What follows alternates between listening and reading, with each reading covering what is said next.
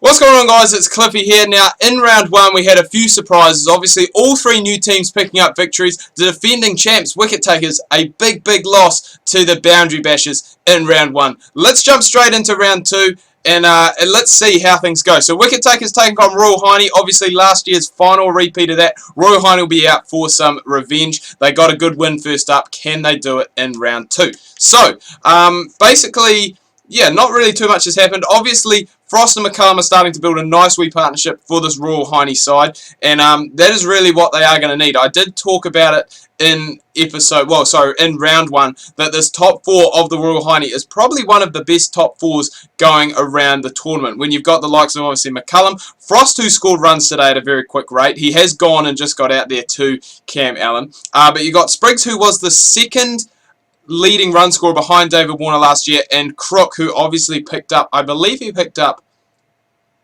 no, he picked up the players. I was going to say, I thought he picked up the MVP, but he picked up the Royal Heiney player of the season. So Brendan McCallum has gone. He's scored 50, and he is marching his way on to 100. Green and Hick doing what they did last year, and that is picking up wickets, and they've gone and got rid of the dangerous McCallum as well. So Hick carrying on from where he left off last season. He's been a little bit expensive today, 48 for 3 off his 7 overs, but they have really gone and got the job done. And Harrison Green chipping in as well. If Green and Hick can get going like they did last season, there could be a lot of trouble for any sides taking on Royal Heiney. I didn't actually see what they ended up getting, but I think it was Ben Champion, really went to town on the lower order of the Royal Heiney batting lineup. And there we go, bang bang, the captain bringing himself in, grabs 2 wickets. He grabs a wild card and David Warner, and all of a sudden wicket takers were absolutely cruising, and they are just getting demolished. So this is quite different from what we've seen in round one. Round one, we saw a lot of runs obviously being scored. There were a lot of 50s, a lot of 100s. Today, this game is being dominated by the ball. What is happening to wicket takers? They've got obviously the curse of last season where they just can't get anything going. But you just look at these bowling stats. 2 for 15 off 6 overs for Harvey, 2 for 12 off 4 overs for Smart, and Spriggs, the captain, he's been a little bit expensive, but 2 for 27 off his 5 overs. Nice wee partnership here being put on by Luke Court and Harrison Green, but it probably is going to be too little, too late for the wicket takers, which they were cruising, they were looking good, then obviously just lost wickets in a huge big clump like that. Court has gone and past 50. He'll be a bit gutted that he isn't batting up the order, and Harrison Green scored a few runs as well, 41 off 75 today, so that is a very good effort for him obviously. And Smart has gone and picked up his 3rd. He's bowled outstanding today, and it is Luke Court that actually does go and get the man of the match. He had 84 not out off 102, really did carry. What the hell? What did I just see? I was slagging the wicket takers off, saying there was no chance that they were going to win, and they end up winning by 1 wicket.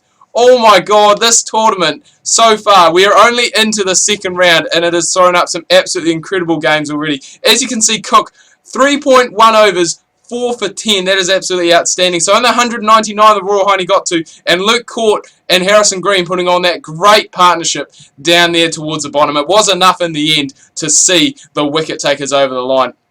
I don't know how you follow that up, but that is an absolutely incredible game like that. Wicket takers jump up to mid-table. Now we've got 2 new teams, the Sledging Cyclones and Boundary Bashers, both picking up wins in round 1. How will they go in round 2? So it is the Boundary Bashers who are batting first, and Bailey McKenzie getting them off to a great start. The captain picking up McIntyre for just 2 runs in the first over. But the thing I think with this Sledging Cyclones team is if you can get, well, it is hard, I think against them personally, because they are so batter heavy, you really want to go and I guess probably bowl first. If you can get them out for a lowish total, then you are going to be in obviously good shape to go and chase it down, because they don't really have the bowling stocks that other teams have.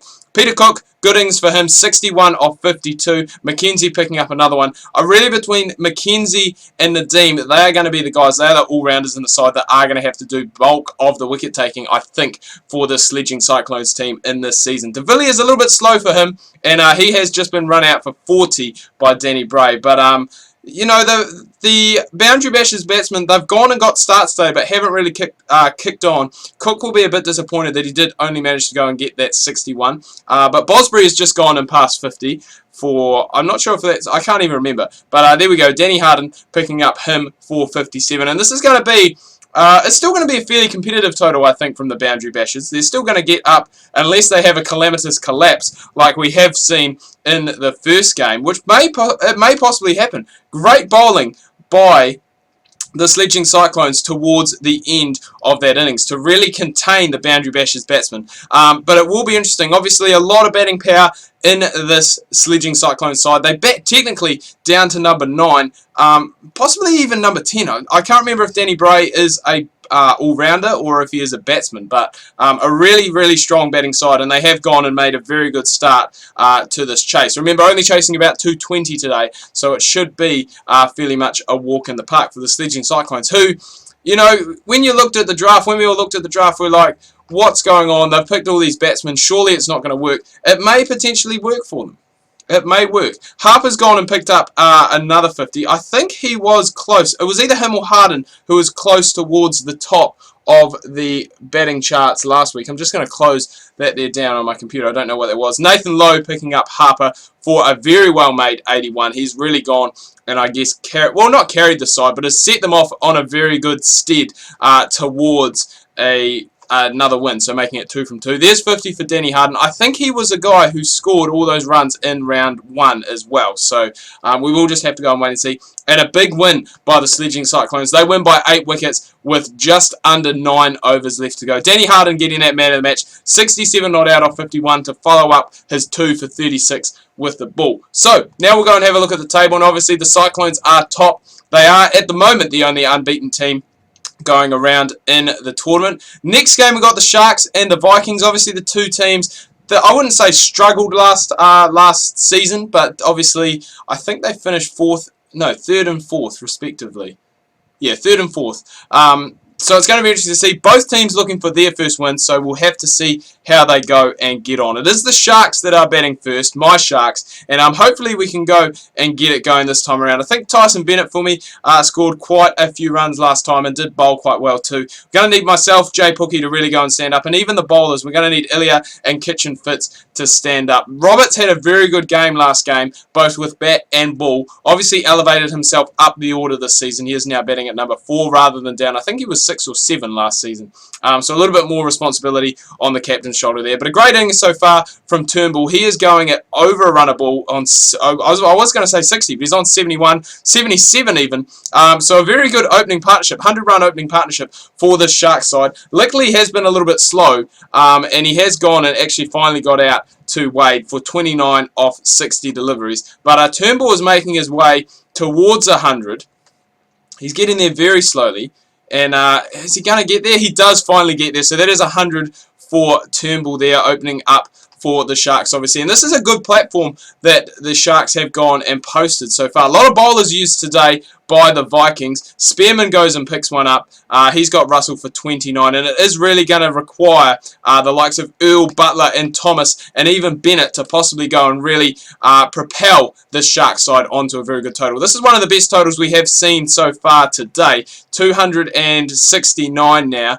And I was going to say, Turnbull possibly looking at going for a 200, but 284 I think is the challenge that the Vikings do face here. So a very hard task, and it is going to be very close. I think this season, just due to the fact that obviously there are more teams, the talent is a lot more spread, I think the field is a lot more open, and you can really see anything happening. Obviously, Wicket takers got absolutely pumped by Boundary Bashers last week. They came back today, beat Royal Heiney in a Grand Finals rematch from Season 1. Will Perkins, he's going absolutely great. This must be an outstanding batting pitch they're playing on. Jay Pookie goes and picks up the wicket there. He gets Perkins to break that opening partnership. He goes for 60 off 62. And remember, 280 odd I think the Vikings are chasing. So they've gone off to a pretty similar start to the Sharks in regards to keeping wickets in hand. 55 at the moment for Brown. Luke Ronke, don't know what he's doing. He's gone and finally got himself out. Bit of a horror innings he played there today. Couldn't really just get off the mark. Just couldn't really score. And as I said, Roberts, he had a very good game last time with the bat. He has elevated himself up to number 4, and that does seem to be working so far for this Vikings side. They're only about 100 runs away, and not too many left there. Tyson Bennett picks up the wicket. He's got the dangerous Brown for 81. Roberts has gone and picked up a 50 there, so they are going to need wickets here, I'd say, the Sharks, to really go and try and slow things down. It is going to be another very, very close finish here in Cliffy's Champions League. Can the Sharks hold on? I think they may have possibly done enough. They have done enough. They win by 11 runs. Man of the match, Turnbull, 186 not out. That is absolutely incredible for only round 2. Is someone going to break 200 this season? We may see it yet. But man, what a batting performance by both sides. Only 5 wickets in 100 overs that were taken by both sides. And now we move on finally to the Shredders and the Snipers. The Shredders, obviously another new team. They picked up their first win last time around, and they will be looking to stay in touch with the sledging Cyclones. They'll be looking to stay as the second unbeaten team through 2 rounds. The Snipers, on the other hand, they will be looking for their first win as well. So let's go and jump into it. It is the Snipers that are going and batting first, and James Yeoman picking up a wicket very, very early on. Kevin Peterson, the wild card for the Snipers. He had a good game last time around, and Yeoman is just getting it done at the moment. He's got 2. There's been a run out to Dean as well. So all of a sudden, the Snipers have got off to a very good start run-wise, but they are not doing too well when it comes to wickets. Obviously, 4 down. Make that 5 down already. And Toner is gone. He's bowled, I think, about 8 on the trot, but he has taken 2 wickets. And already, the Snipers looking like they are in quite a bit of trouble coming up to the 20-over mark. 5 for 92 at 20 overs. And it is going to take a lot of work for both Dale, Macon, I guess Hayes and Dobler as well, to go and really try and, I guess, propel the Snipers side into a score that is defendable. Obviously, a lot of bowling options for this Snipers side when you've got the likes of, obviously, all your all-rounders. You've got Peterson who can bowl a little bit as well, so there definitely is some strength there. Both these players are gone and past 50, so this is a great wee partnership going on from these two. Dale's on 75, Macon on 66 now, and 10 overs left. And you wouldn't put it past him. I've absolutely just jinxed it again. But Dale gone for 82. Very well made 82 from him. Toner has run out Hayes for a golden duck. Macon may get 100, batting down at number 7. He just needs one more run, and he's gone and got it there. So he's gone and picked up the 100. I couldn't quite see what the Snipers ended up getting there in the end. But we'll have to wait and see what happens with this Shredders side. They've got off to a good start with, obviously, their wild card. But Vanderberg has gone and picked up Tahinga for just 14. Sorry, excuse me. And I actually can't remember what the Snipers ended up going and getting. I think it was about 250 odd. So the Shredders are off to a very, very good start. Obviously, both batsmen scoring at either 100 or over 100 when it comes to their strike rate. Hashim Amla's gone for 54. That is a big wicket right there. And I think the Snipers are going to have to just continue to keep going away, just keep nudging away when it comes to wickets. And if they can go and do that, they are going to put themselves probably in a fairly decent position to go and try and get something going on. There we go. Connor's gone for 30, bowled Irie.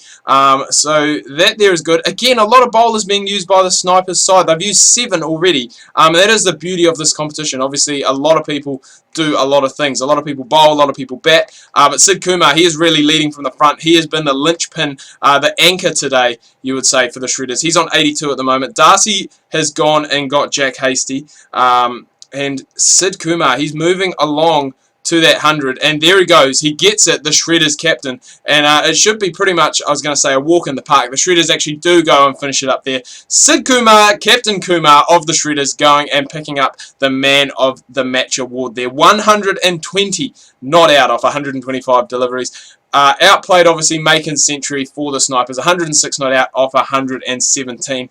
But now that that is all done, we've done all 4 games for this round. Let's go and have a look at the table. So, sledging Cyclones and the Shredders, they stay unbeaten on 4 points each. The Boundary Bashers, Royal Heiney, Sharks and Wicket Takers, they all have a win apiece, and the Snipers and the Vikings, they are still looking for their first win. But still, after 2 rounds, very, very close. There haven't really been any big smashings. Obviously, Wicket Takers have fixed their net run rate quite a lot after their bashing they got from the Boundary Bashers in round 1. But that concludes round 2, guys. Do hope you have enjoyed it. If you have, please remember to leave a like. If you are new, please do subscribe. subscribe. Make sure you check out my Facebook and Twitter links that can be found down below in the description. Hope you guys have had an awesome weekend so far. Make sure you tune in tomorrow. I've got more Don Bradman, my career on the PS3 coming your guys' way. Make sure you do not miss that.